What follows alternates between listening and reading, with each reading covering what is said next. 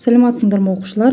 Бүгінгі видеода 7-ші сынып алгебра пәніне арналған бірінші БЖБ және ол алгебралық бөлшектер тақырыбына арналған А деңгейінің есептерін қарастырамыз және бүгінгі видеода бірінші нұсқаның есептері талқыланады. Осы видеоға лайк басып, комментарий жазып және міндетті түрде достарыңмен бөлісуді ұмытпаңдар. Ал біз есептерімізді қарастырайық. Бірінші нұсқаның есептері келесідей 3 тапсырмадан құрастырылған. Әрқайсысын жеке-жеке қарастырып өтейік. Сонымен бірінші есебіміз. Бірінші есепте келесі алгебралық бөлшектер үшін 2 тапсырма берілген. А вариантында айнымалының қандай мәнінде алгебралық бөлшектің мәні анықталмайды, және Б вариантында айнымалының қандай мәнінде алгебралық бөлшектің мәні 0-ге тең болады. Олай болса, осы 2 вариантты қарастырайық. Бірінші А варианты. Айнымалының қандай мәнінде алгебралық бөлшектің мәні анықталмайды деп тұр. Ал біз білетіндей, бөлшектің мәні ол мына бөліміне байланысты анықталады. Олай болса, дәл осы бөлімін жазып аламыз. 3х азайту 9 бөлшектің бөлімі ешқашан 0-ге тең болмауы керек. Яғни тең емес 0-ге деп жазамыз. Осыдан х-ті табатын болсақ, 3х ол тең болмайды 9-ға, өйткені мына -9 екінші жаққа өткен кезде таңбасы қарама-қарсыға ауысады. Және осыдан х тең емес 3-ті 9-ға қарай өткізетін болсақ, ол бөлінеді, яғни 9-ды 3-ке бөлсек 3-ке. Яғни х-тің мәні 3-ке тең болмау керек. Ал егерде х-тің мәні 3-ке тең болатын болса, онда алгебралық бөлшектің мәні анықталмайды. Келесі Б варианты. Айнымалының қандай мәнінде алгебралық бөлшектің мәні 0-ге тең болады. Бұл жерде біз түсінуіміз керек, бөлшектің бізде бөлімі 0-ге тең болмау керек дедік, ал алымы 0-ге тең болса болады. Яғни алымы 0-ге тең болатын болса, 0-ді санға бөлген кезде 0 шығады. Олай болса, мәні 0-ге тең болатын алгебралық бөлшектің мәнін табу үшін осы бөлшектің алымын 0-ге теңестіреміз. Яғни 5х қосу 6 тең 0 деп алып, осы қарапайым теңдеуді шығарамыз. Олай болса, 5х ол тең, мына плюс 6 теңдіктің екінші жағын өткен кезде -6 болып барады. Енді осыдан х табатын болсақ, -6-ны бөлеміз 5-ке. Ал 6-ны 5-ке бөлетін болсақ, ондық бөлшек түрінде ол х тең -1/2-ге. Яғни х-тің мәні -1/2 болған кезде, мына берілген алгебралық бөлшегіміз 0-ге тең болады деген сөз. Келесі екінші есепте тағы да 2 тапсырма бар. Екеуінде де амалдарды орындаңыз деген тапсырма. Олай болса, бірінші есепті қарастырайық, амалдарды орындайық. Бұл жерде ең алдымен бірінші тұрған бөлшегімізде бөлімін жүктеп алуға болады. Алымын сол қалпы жазып қоямыз. А квадрат қосу Б квадрат. Ал бөлімінде қысқаша көбейту формуласын қолдануға болады. А квадрат азайту Б квадрат, ол А азайту Б көбейтілген екінші жақшада А қосу Б болып жүктеледі. Азайту. Енді мына екінші бөлшектің бөліміне қараймыз. Бұл жерде Б-дан А азайтылып тұр. Ал бізге А-дан Б-ның азайтылғандығы керек. Сол үшін айырмада екеуінің орны ауысу үшін жақшаның сыртына минусты шығарамыз. Сол кезде екеуінің орны ауыса салады. Және ол минусты мына бөлшектің алдында тұрған минуспен көбейтіп жүрсек, ол плюс болып кетеді. Яғни плюс екінші бөлшегіміз А минус Б бөлімінде, ал алымында Б болады. Ал үшінші бөлшек дәл сол қалпы жазып қоя береміз. Яғни Б бөлінген А қосу Б. Енді осы 3 бөлшекті бір-біріне қосамыз, азайтамыз. Ол үшін ортақ бөлімге келтіреміз. Ортақ бөлімі мына екі жақшаның көбейтіндісі болады. Сол себепті бірінші бөлшекке 1-тен береміз. Екінші бөлшекке А қосу Б береміз. Ал үшінші бөлшекке керісінше А азайту Б береміз. Енді осының барлығын есептейтін болсақ, а квадрат қосу б квадратты бірге көбейтсек а квадрат қосу б квадраттың өзі болады. Енді б-ны а қосу б-ға көбейтуіміз керек. Және бөлшектің алдында қосу таңбасы тұр, яғни таңба ешқандай өзгермейді деген сөз.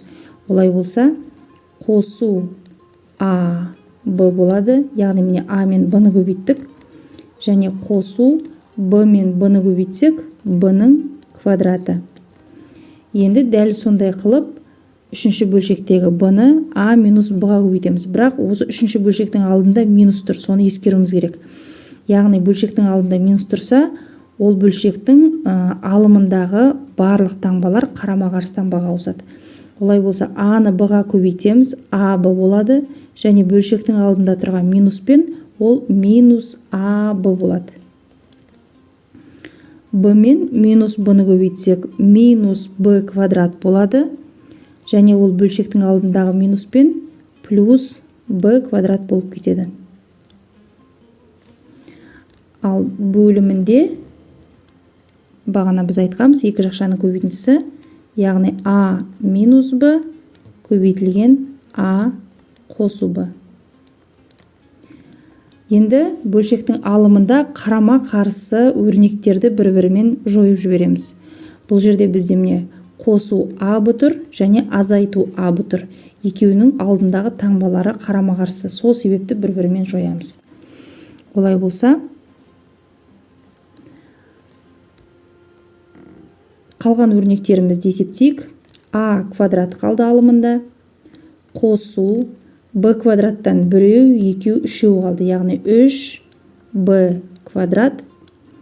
Және бөлімінде а квадрат азайту б квадрат қалды. Яғни мына екі жақшаны біз қайтадан қысқаша көбейту формуласын пайдалану арқылы өрнектеп отырмыз.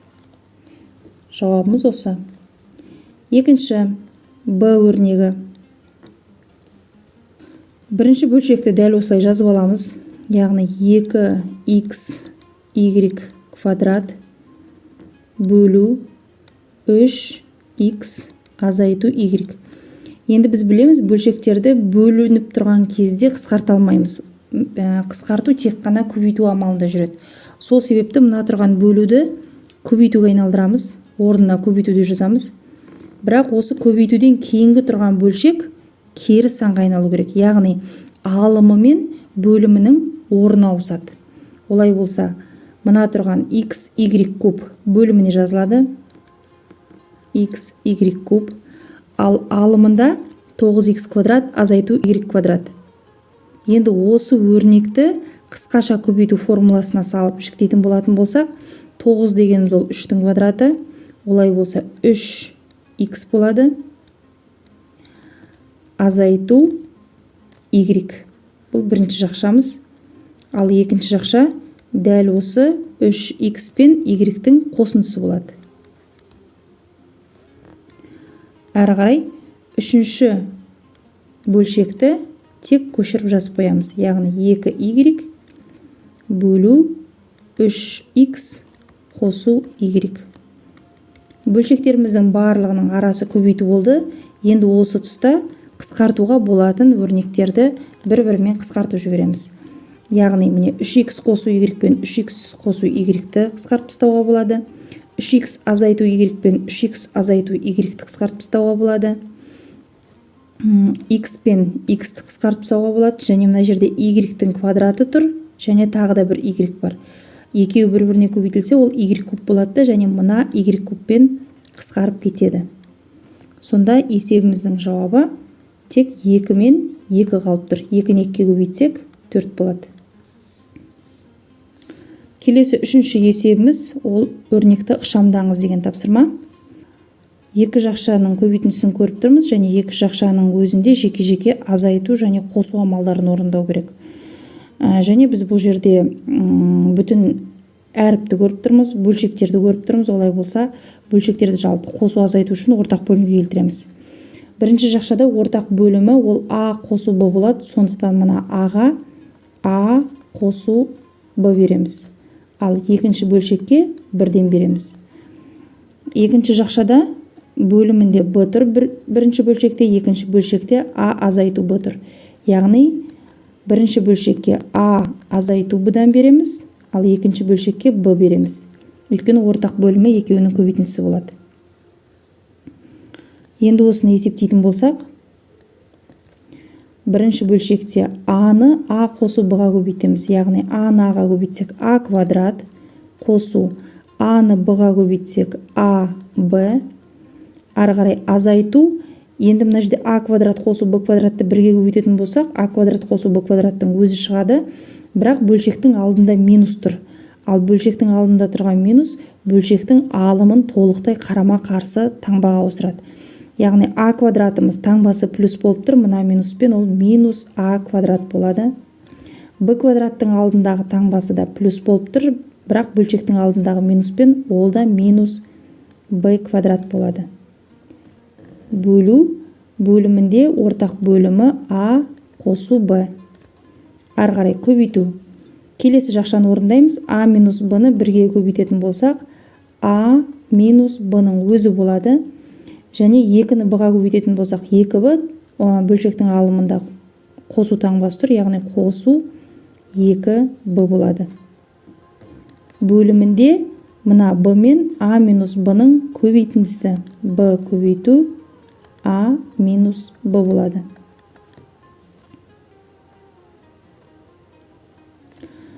Енді бірінші бөлшектің алымында қарама қарсы өрнектер бар, яғни a квадрат пен минус a квадрат екеуі жойылып кетеді. Ендігі кезекте осы бірінші бөлшектің алымынан b-ны жақшаның сыртына шығарып тастаймыз. Өйткені екі айырма, яғни a b-да да b бар, b квадратта да b бар. Осы ортақ көбейткішті жақшаның сыртына шығаратын болсақ, жақшаның ішінде a минус b қалады. Бөлу бөлімінде a қосу b. Көбейту. Екінші бөлшекте алымында a-ны жазамыз, минус b мен қосу 2b екеуі қосу b болып кетеді. Немесе мына екеуінің орнына ауыстырып қарасақ та болады, яғни 2b-дан 1b-ны алып тастау керек деген сөз, сонда 1b қалады. Бөлу бөлімінде b көбейту a минус b. Енді өрнектерді қысқартамыз. a қосу b мен a қосу b қысқарып кетеді, b мен b қысқарады, a минус b мен a минус b қысқарады. Яғни бұл бөлшектердің барлығы бір-бірімен қысқарып кетіп, орнында жауабы 1 болады. Бүгінгі қарастыратын есептеріміздің барлығы осы. Видео ұнаса міндетті түрде лайк басыңдар, комментарий жазыңдар. Сонымен қатар осы видеоны достарыңа жіберуді ұмытпаңдар. Ал мен сендермен келесі видеоға дейін қоштасамын. Сау саламатта болыңдар. Сендермен бірге болған Айнұр апай, оңай математика каналы.